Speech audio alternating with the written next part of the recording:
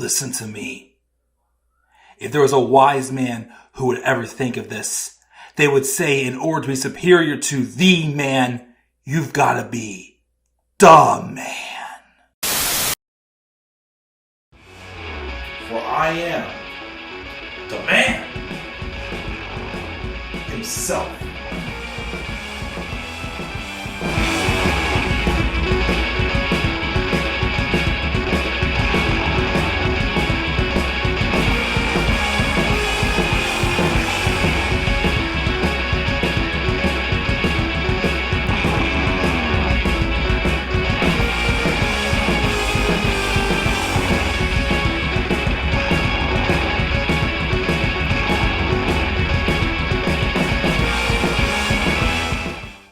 Hello all, what is going on? How y'all doing tonight on this Thursday evening?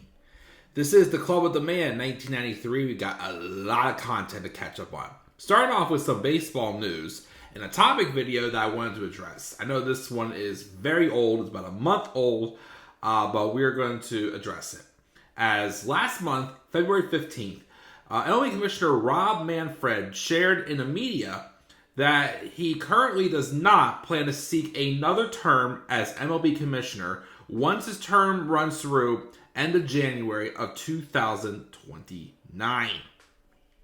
Manfred, who's now 65 years old, has been the commissioner since 2014 when he replaced Bud Selig.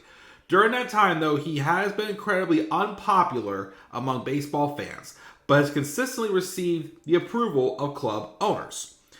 He's had many standouts elements, notably the significant rule changes amid a speeding up the pace of the game, the tampering with composition of the baseballs, the expansion of the postseason, the Astros sign stealing scandal, the 2020 shortened pandemic season, and then the lockout and the Athletics' planned relocation to Las Vegas. The rule changes naturally rankled many purists among baseball fans. The fact that no players received any punishment for the sign stealing and that Manfred referred to the World Series trophy as a piece of metal also caused a great deal of upset, particularly among fans of clubs that lost to the Astros in the postseason.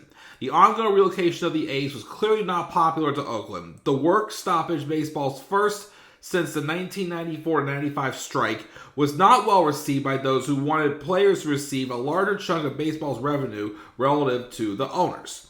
But the commissioner is untimely chosen by those owners who have clearly been happy with the profitability of the game.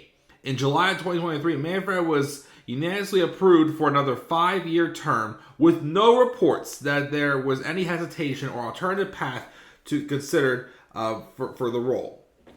As with all modern sports leagues, baseball has been gradually pivoting from cable TV toward online streaming. Because you don't watch TV anymore, you stream TV anymore. By the way, I'm reading the article from the MLB Trade Rumors blog online for sure with this. This has not been without challenges, as seen by this basically going on about different terms of streaming packages and whatnot. Manfred said in late 2022 that baseball revenue would be recorded $11 billion. At the time, Manfred's extension vote in July of last year, the league pointed out on Twitter that attendance was trending up, perhaps a symptom of those pace of play changes. Blah, blah, blah, several other things, and then, yeah. The league will also have to, of course, look into who's going to replace him, although they have 5 years to do so. When Bud Selig stepped down, Manfred was quickly seen as a favorite to succeed him, having already represented the league in collective bargaining talks for many years. Manfred was named the league's chief operating officer in September 2013, and Selig reportedly preferred him as his successor. The committee was formed in May of 2014, consisting of 7 owners, with the eventual vote requiring 23 out of 30 owners to approve a new commissioner. Manfred and Red Sox chairman Tom Warner were the 2 finalists, and the initial voting in August of 2014 resulted in a 22-8 split, which is in favor of Manfred, but not enough to seal the deal.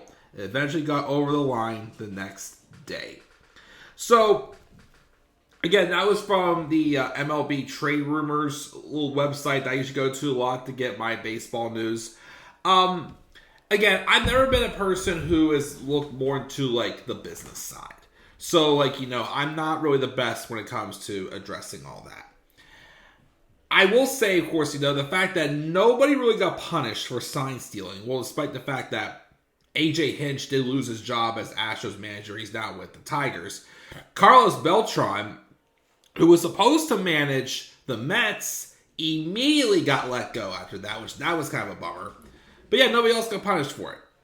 I did find that strange.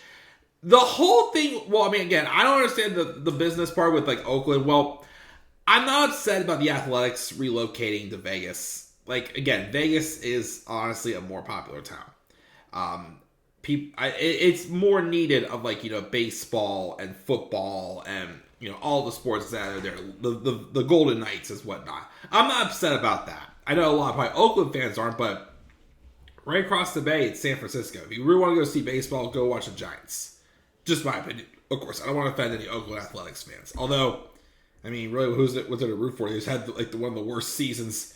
They were the worst team in the league last year. But the big thing I said about Rob Manfred, is the changing of the rules he made.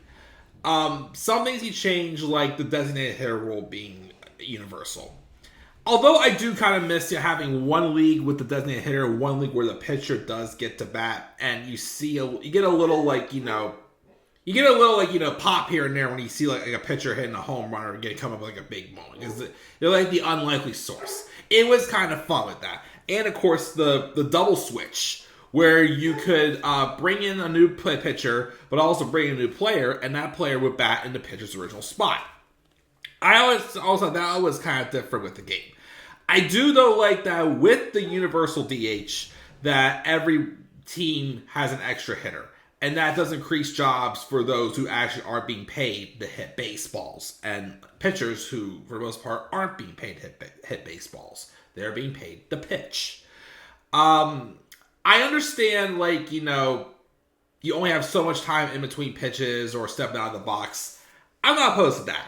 The one rule, though, I absolutely cannot stand is that extra innings rule, where you get a runner on second base to start the inning. I absolutely hate that rule. Again, I get that, they're trying to pick up the pace of the game. I get that. But sometimes it just sounds like Rob Manfred saying stuff like, okay, we got to just get this over with. It's like, you still want to watch baseball and enjoy the game. Again, I get stuff like, instant replay can only have so many calls. You can have, again, only so many time in between pitches, or you can step out of the batter's box only a few seconds. I get all that. I get them trying to, keep things going. But stuff like that where it's like, it's sudden death and like, you can literally... I'd rather see a walk-off homer than like a walk-off single on the first pitch of the inning. You know what I mean? Like, I hate that. I absolutely hate that. Plus two, it's not an earned run. Well, I don't think it should be because the runner gets put on second base. Like, I hate that rule. To me, that sounds like... It sounds like a minor league, like not even a minor league baseball for like pros, but like kids. A little league rule. I don't know what you want to call it. But I don't like that rule. I absolutely despise that rule. It's really real quick off the top of my head that I really don't like. I do like, though, that he did make change to the playoffs. Having the wild card game series be like 2 out of 3. He gets a couple more teams in. Because although, trust me, when the Pirates had that 2013 wild card game, one of my favorite baseball games for sure. I'd say that, in the times I've watched, I'd say 3 of my favorite baseball games: the Pirates and Reds wild card game in 2013, Game 7 of the 2016 World Series between the Cubs and the Indians, now Guardians. I gotta give some rub, but I think it was Game 5 of the 2017 World Series between the Dodgers and the Astros. Bunch of back and forth stuff. Crazy stuff. But I do think the wild card series should have been 2 out of 3. And again, it gives a chance for more teams to make the playoffs, which I do like and think it is good. Again, the whole, players union stuff, I'm not really into that, but like I said, I don't know why I feel bitter about the rules, because again, I said the only rule I don't really like that he changed is the fact that we have that extra runner, that runner on second base to start every extra inning.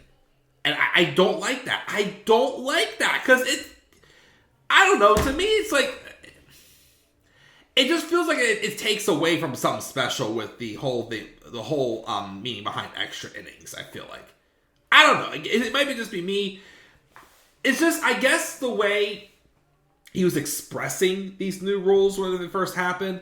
Like I said, it felt like more so. It's like he's rushing the game, but it's like you still want to enjoy the game, despite the fact that the Pirates have been on a bad tear for a long time.